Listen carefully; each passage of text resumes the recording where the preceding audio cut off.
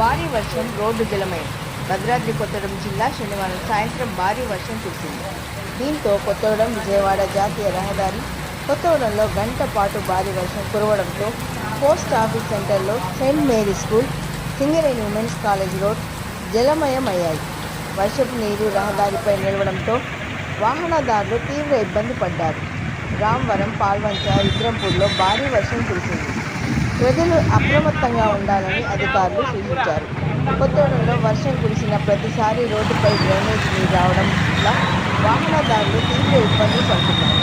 వర్షాకాలాన్ని దృష్టిలో పెట్టుకుని అధికారులు డ్రైనేజ్ సమస్యను పరిష్కరిస్తే ఈ సమస్య పరిష్కారం అవుతుందని వాహనదారులు కోరుతున్నారు.